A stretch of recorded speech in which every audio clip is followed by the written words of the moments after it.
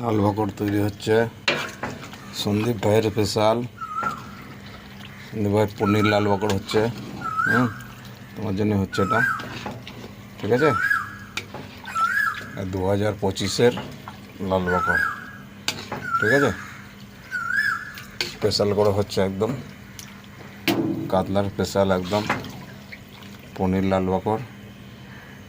এই যে কালারটা দেখো, এই যে কালার, এই যে কালার, ঠিক আছে। আর শুধু মশলায় ভর্তি আছে, ঠিক আছে।